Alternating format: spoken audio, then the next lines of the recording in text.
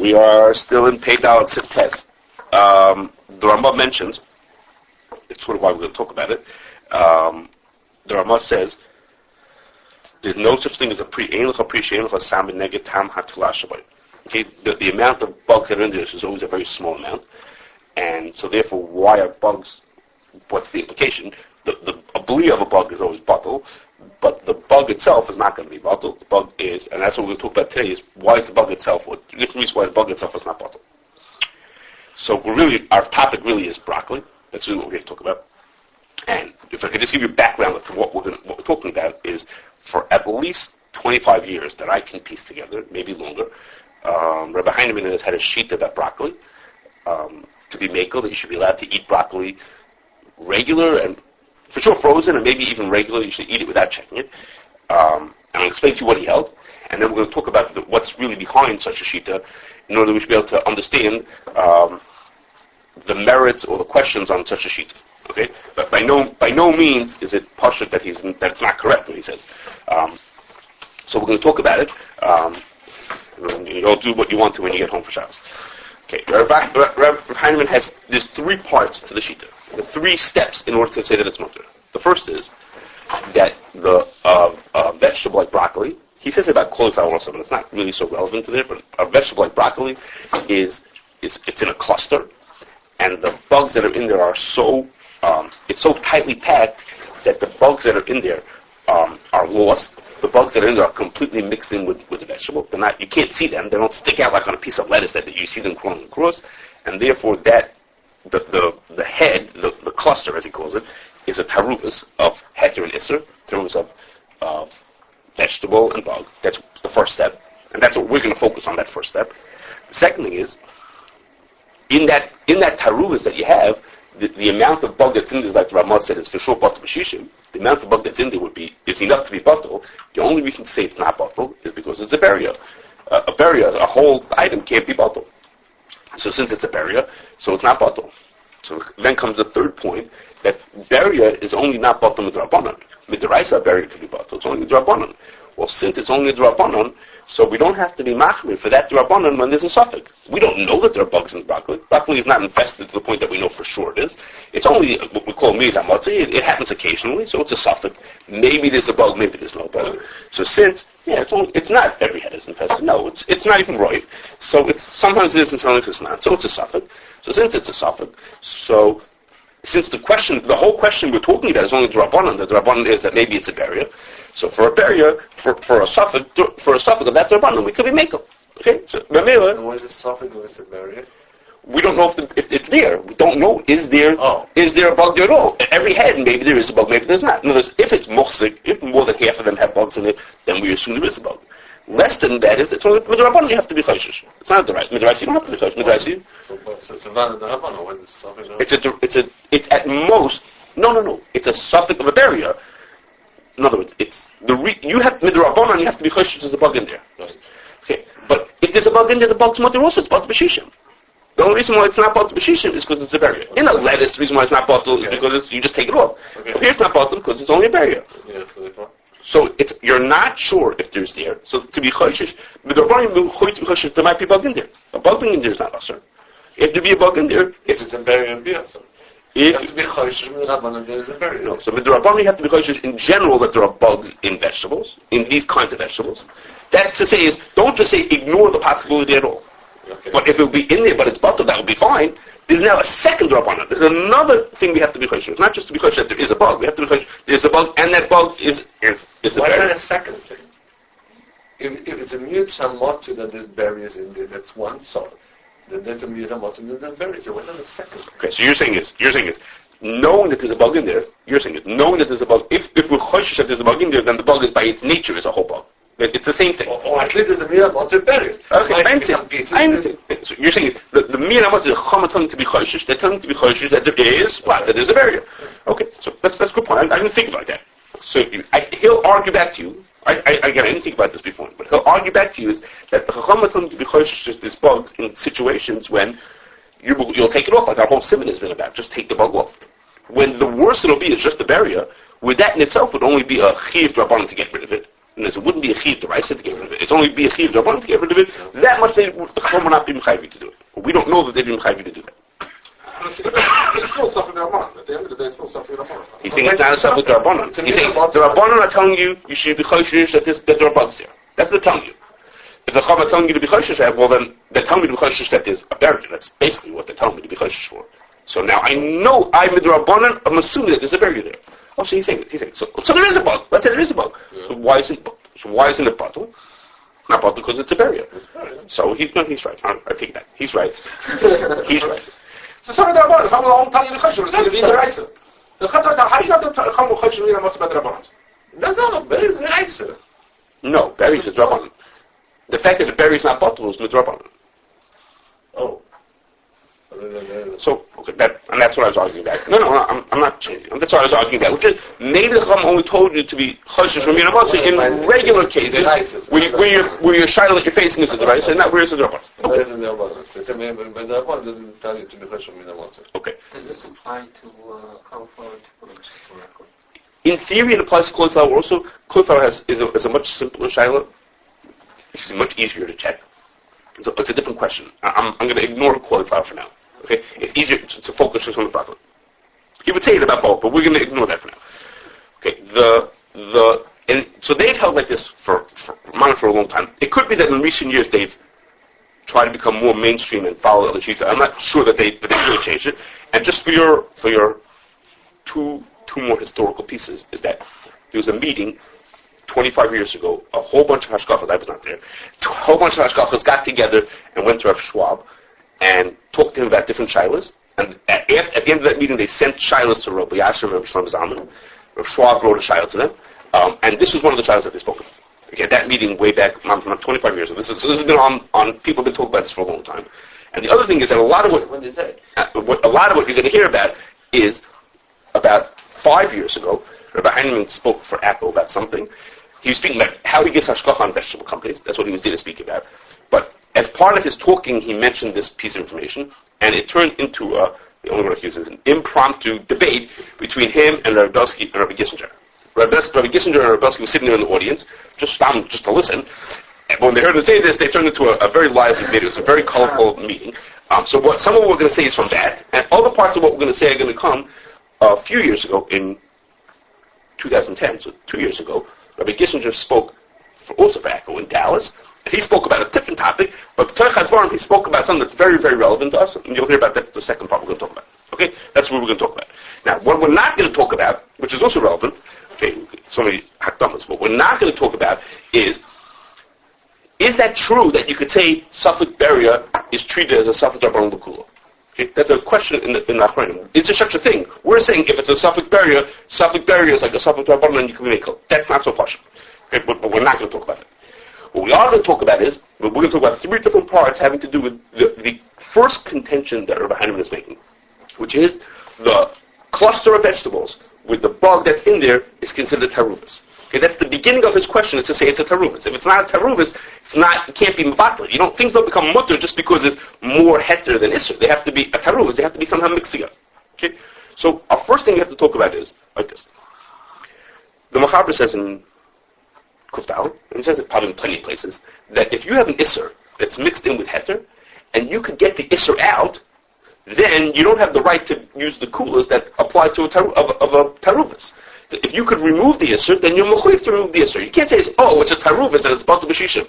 You have to get the Issur out. If there's a way to get it out, you have to get it out.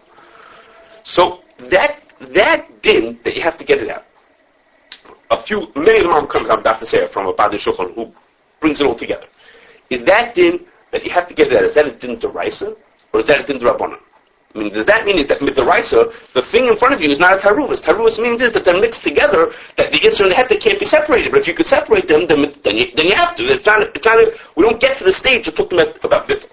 Or is that only a din d'rabbanan? Midoraisa really it's a taruvus. L'maisa it is mixed together. You can't see one from the other. It's all mixed together. Midorabanan you mechuyev to take it out. And what's the difference? The nafkamina between whether it's a deraisa or d'rabbanan is what happens if getting it out is very difficult. What happens if there's a lot of effort you have to do to get it out? Okay, what they compare it to is a davar sheyesh lo matirin.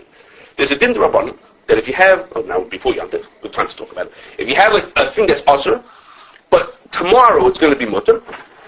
The classic case, so you have a bay in the middle of the Yontif, you have a bay it's also on Yontif, but you can eat it after Yontif, you'll be able to eat it. So with the Rabbanan, you're mechuyev to wait until after Yontif to eat it. Why eat it when it's Issur? You can eat it when it becomes Heter. Why eat it now when it's Issur, when you have a reason to be Mekel? Wait a few days and you'll be able to eat it beheter.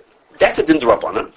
And that din of Davar Sheishon Matir is only when it doesn't require spending money, it doesn't require a tremendous tircha, but you only mechuyev to do that when it's easy. So, so there are achronim who learn that the din of taruvas that you could remove the issur is the same kind of a din.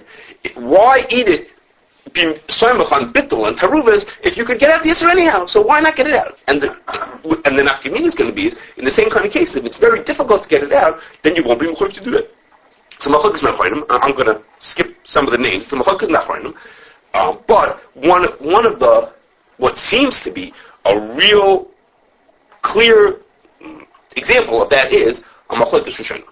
Machlokes rishonim is a rajba and a ra'ah. Machlokes rishonim. About a case that you probably know about is what happens if a person has a treif piece of silverware, and that treif piece of silverware gets mixed in with other silverware. So there's one treif fork and there's 5 kosher forks, and they get all mixed together. You don't know which one is which. Okay, so it's a taruvas. In that case, it's called yavish b'yavish. It's taruvas yavish. It can be bought the broya. The treif fork is bought on the kosher forks. So there's a machlokes. The Rashba says, but there's an eitz over here. You could kasher them. If you kasher all the forks, you now have 6 forks that are there. If you kasher them, then all the forks will be kosher.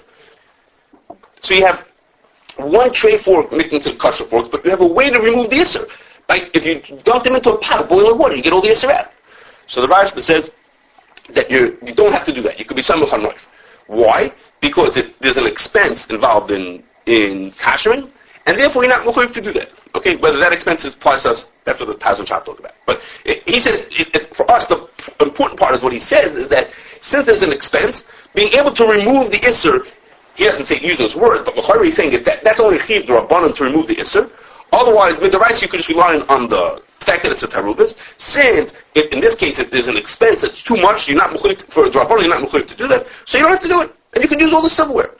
And the Ra'ah says, no, there's issur in there. You can get the issur out. So you're mechuyev to take the issur out. The fact that it costs money doesn't make a difference. Okay. So from the way the Rashba and the Ra'ah talk about it, and then the Mishmar is back against the Ra'ah, the machlokes, the way it sounds like from the machlokes, it sounds like they're arguing exactly this point.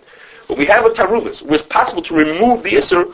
Is that an example of is that a deraisa that you have to remove the issur and not be samach on the roiv in that case or shishim, or is that a din d'Rabbanan?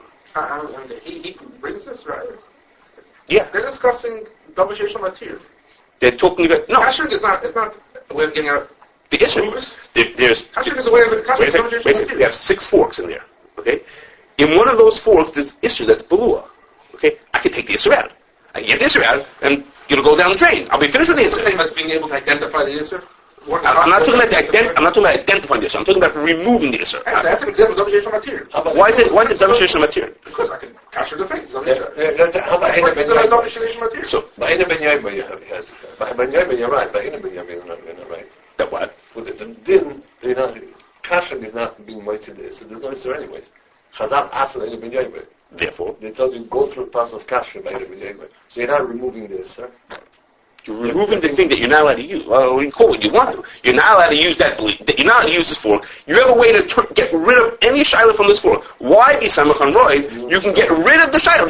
When you're finished with it, after you dunk it in the boiling water, there'll be no more shiloh. So why are you being samach on the bittul? You can get the issur called the thing that you're not supposed to have. You can get it out. So get it out. When you're saying it sounds like Davar Sheishon Matir, that's the point, is that this din of getting rid of Issur is just a variation of Davar Sheishon Matir. That's what those are going to learn. It's just a variation of Davar Sheishon Matir. It's not one way to say is that it's not Taruvas. The rules of Taruvas don't start until they get mixed together.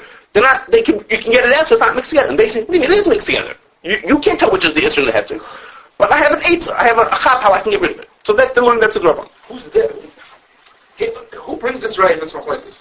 Who? Who connects this machlokes, the Rashba and the Ra'ah to? So actually, Dali Shulchan, he declares that it should be. He's not convinced that that's what they're arguing about. But if you would read it, you'll see when they're rayas. It sure sounds like that's what the machlokes is. The Mishmar Sabayas brings rayas when he argues back on the Ra'ah. He says, I'm going to bring you rayas that there's such a thing as an Issur that's mixed in, and it can still be a Tarumas. I don't remember what his rayas are over here. But his rayas are, he says, I'm going to prove to you that I'm right. Because sometimes you could have the Issur be in there, and you could still get it there. Doesn't make a difference. It's okay. But that's what it is. I'm not the same. The Mishmar was certainly the Rabbanan, right? Right, so that's exciting. Should we compare this to the Rosh material? The Aruch Shulchan says, he says, so maybe you don't have to expend money if on the Rosh Hashanah, this is the Rabbanan. But maybe something that you give me a bar is really not bottom of the right. So why isn't this also? It's the same thing. You have a way to take. He's arguing that something that is scrapers in something that it's really you can be Mavar the Terubas and should be the Reisa. It's more than the Rosh material. It's not just the Ra'ah would be saying that, right? It's more than that. It's not the Rosh material. It would be as an example, the Aruch Shulchan, who's from the Mekilin. The Aruch Shulchan says if you have a bunch of eggs and one of them has a live chicken in it, okay, and you knew that it was there, but you can't find it anymore, okay? So you don't know which one it is anymore, and that chicken is a barrier for whatever reason. So that chicken is Issur. So he says, if not for the fact that the chicken was a barrier, we would say since it's so hard to find it, you're not going to take it out. Even though if you really checked hard, you'd be able to find it. So why? What do you mean? There's 20 eggs here. If you put in whatever effort it is, you should be able to take it out. He says, you're not going to take it out. And there you are, because it's a barrier. But you otherwise, okay. So if this would be right, it would come out. If this is Machlokes Rishonim is correct, it's just, I skipped the Achronim who talk about this. But if this is a Machlokes Rishonim, well, what's the din? The din is like the Rajba. The din is brought in two cases placed in Shulchan Aruch, that the din is if you have one dish mixed into other dishes, then the din is that it's bottle. You don't have to kasher it.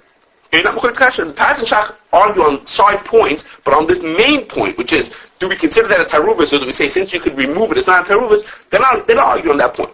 So if this would be right, then in our case, it would be reasonable to say that the even though it's possible to get the bugs out of the cluster, if you're going to be hold like these mekilim, that's only drabanan, you say it's really hard to get them out, and it's even though in theory I could get them out, if I really worked at it, I could get them out. That's only drabanan, and maybe I'm not going to go to that extent to get it out. So I could treat it like a taruvus and mamela on and on and on with the rest of Rabbi Hanim and Shita. So one part of being able to say what Rabbi Hanim say would be to say is that such mixtures where you could potentially remove the Issur is only a chiv drabanan to remove it, and since it's so hard, therefore you're allowed to assume that it's not. Okay, so would be one thing you have to say in order to say what he said. Does two things. Number one, does the size of the insect have anything to do with anything? And second is, at what point are we going from Deresa to Rabbanan? I mean, I'm a little bit foggy on that. This is the point where it's no longer... When it's easy to take the Issur off, when you're looking at a piece of lettuce and the bug is sitting right in front of you, then it's for sure the right says you have to take it off.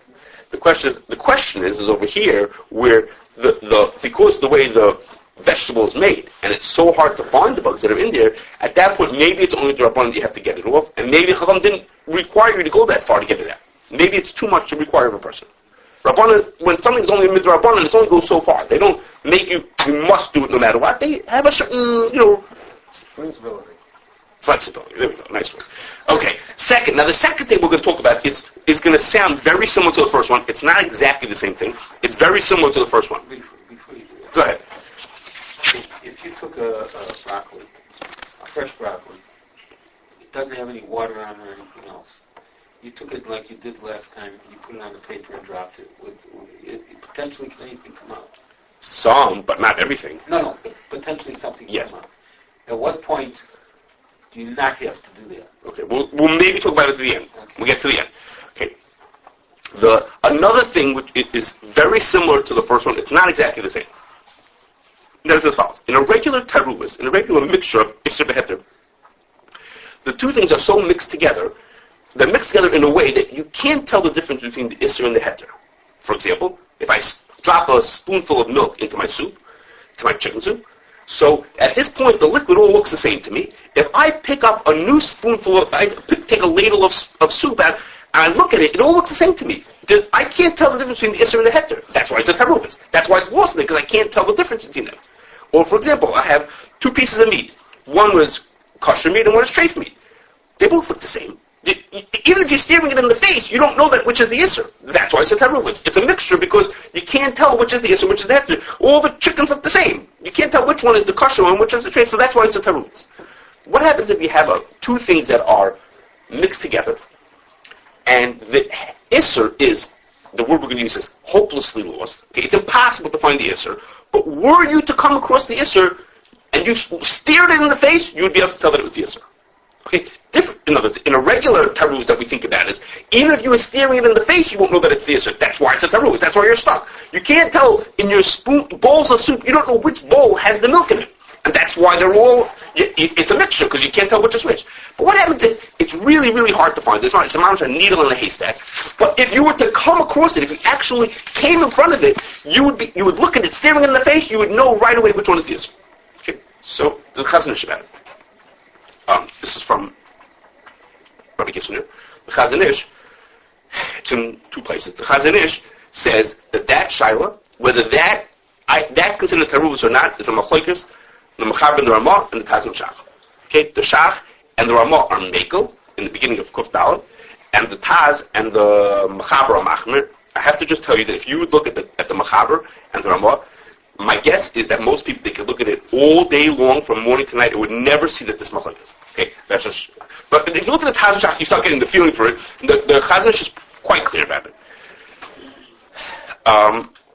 One of the reasons why the people think to be makel about the Shaila actually has to do with Hilchos Tilayim, which is, one of the logical reasons, one of the svaras behind it is, that there's such a thing that a beria is not bottle. That's what we're talking about. A beria is not bottle. So the question is, this is sort of the Aruch question. The question is, what does that mean that a beria is not bottle? What's the example of a beria not being bottle in case of a bug? There are other situations. In bug cases, what's the situation that a beria is not bottle? He says, a beria means it's a whole bug. I mean, it didn't lose any parts of it, or else it wouldn't be a beria anymore. So it's a whole bug. Well, the beria is mixed into the food. If you saw the beria in front of you, you would obviously recognize it. If it's not disintegrated, it's still whole. If you would recognize it, so then why is it taruvus?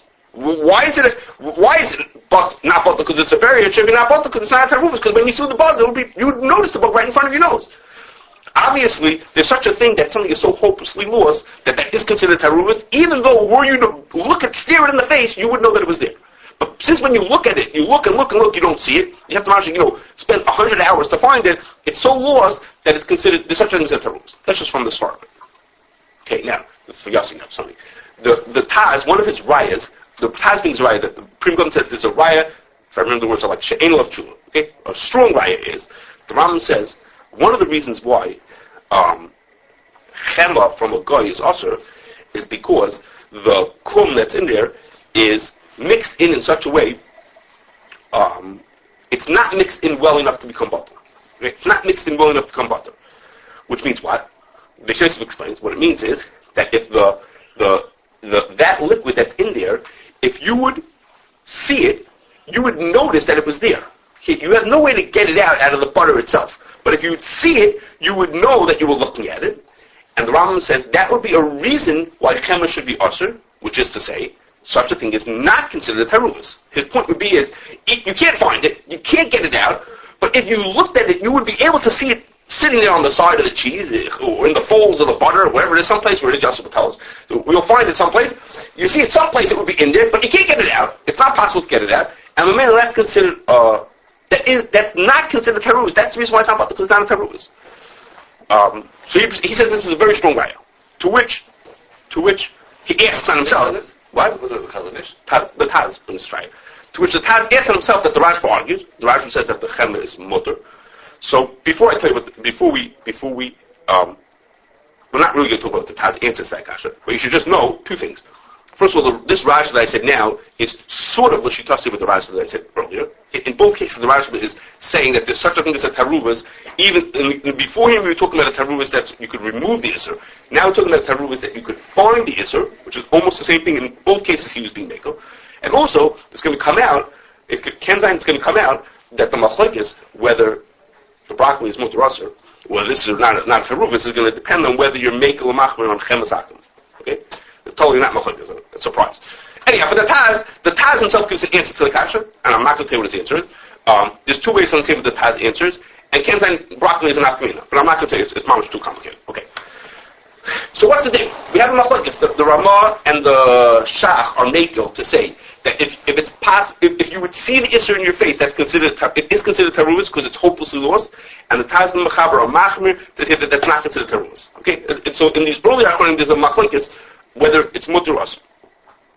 The Prichadish is machmir, the Chazanish is machmir on the Shaila. Both of them machmir on the Shaila. The Chazanish says that the Gra is machmir, although it sure looks to me like the Gra is mekel. I must be reading it wrong because he says the Gra is machmir. He says it more than once that the Gra is machmir. The Chavas Das is mekel. And the Minchas Yaakov brings, and then the Chacham Sodom means the same thing, which l'chorah sounds what seems to be accepted is, l'chatchila one should be machmir to consider such a mixture to be a taruvis, since if you would see the Issur, you would recognize it. It's not considered to be mixed together. Not a taruvis. But b'makom hefsed you could be mekel and say that it is a taruvis. Okay, so b'makom hefsed to be some of the Ramah and the Shach are mekel. Pretty reputable people, good to be mekel. So he says, b'makom hefsed you could be some of them. The Minchas Yaakov brings it, and the Chacham Sodom brings it, and it sounds like that's like the more accepted. Again, there are achronim on both sides of the shayla. So again, we're comparing a case of where you see the Issur, but you can't take it out. Not that you see it. If you would bang into it, you would recognize it, I understand that. But you bring a raya from a situation where it's not exactly right. Because the raya, you bring a raya from a case where you could see it, but you just can't get it out. The Taz brings right. That's a Taz's right. That's a Taz's right from the case of Kum. That if you would see, from the case of Chemet, if you would see it, you'd be able to get it out. You would see it, you would. If you would see it, you would see it, but you wouldn't be able to get it. You wouldn't be able to get it. Because the bring a raya from there too. It's a Taz. Taz right. It's a Taz right. Yeah, that's a Taz right. He's bringing a raya from there. The Taz bringing a raya from there to a case. That's something which is that's recognizable cannot be considered b'taruvis. If the Issur is recognizable, as hard as it is to see it, it's not considered taruvis. Also discussing a case where I can't find the Issur? Yeah. The Taz is talking about bug also? Talking about actually a piece of bug. It's not bug, a piece of whatever. Yeah, bugs. Whatever. Okay, but what we have to just bear in mind is all the people who I told you until now are talking about a little bit of a different shayla than us. What they're talking about is a shayla where you have Issur that you know the Issur fell into the heter. And now the question is it a teruvus or not? The Chema has stuff into it. The case in Kavdalma, for sure, the Issur fell into the food. So the shayla that we're talking about is, again, a potential of a deraisa. There's Issur deraisa floating around in that food. If we consider it to be not a teruvus, if it's not a teruvus, then it's also a deraisa to eat the food. There's an Issur deraisa floating around the food. On that, the Achronim are saying, let's be machmir for the Taz and the Mechaber. Would they say the same thing in our case? In our case, I don't know that there's Issur there. In our case, back to where we started, in our case, it's only midrabanan that I'm assuming that there's Issur in there. It's not a deraisa. The most that I have in this food is, the biggest Issur to eat this food is an Issur drabanan. The Issur drabanan is, you have to be choshish that there are bugs in there. So there's Miyah Matzi is the drabanan. Right, because there's Miyah Matzi. Everyone who's talking about this are talking about child's of where it's a potential device. I know Issur fell into there. So is it a taruvis or is it not a taruvis? So we're saying, listen, some learn that such a thing is not considered a taruvis, so it's also a deraisa to eat it. So would that be machmir for a deraisa? Our case is not more than a darbanan, so maybe we'd be mekel. Okay, but I have to just fill you in. What this has to do with us is, again, very similar to what we said before. If you were to break apart the broccoli and look for an hour at the piece, if the bug is in there, and you would see it, you would recognize it. You would look at the bug, you would stare it in the face, you would know the bug is there. According to some Achronim, that's not a taruvis. Such a mixture is not considered taruvis. If it's not a taruvis, then what Rabbi Heinman said doesn't start. You can't start to say that it's a taruvis and it's a safek berry and it's mutter if it's not a taruvis. So over here, the bug is just very, very hard to find, but if you would look at it in the face, you would see that it was a bug. If you fingered through the broccoli and you found it, you would know that it was there. It's not like a regular taruvis where if you find it, you don't know that it's usher. Here, if you find it, you know it's usher. So again, we're saying, in order to be able to say what Rabbi Heinman said, you have to say, except like the mekilim on this shaila, and say that a taruvis where the Issur is recognizable, but it's hopelessly lost in the food, that's considered taruvis also. Okay, which again, there are many Achronim who say that, and especially here where it's a Shayla Darbanan, there's reason to be mekel. The Ramah and the Shach are mekel. But I'm just saying is, in order to say his shita, you have to be accepting that side to say that such a thing is lost. Okay, we have to be saying two coolers over here. They're very similar.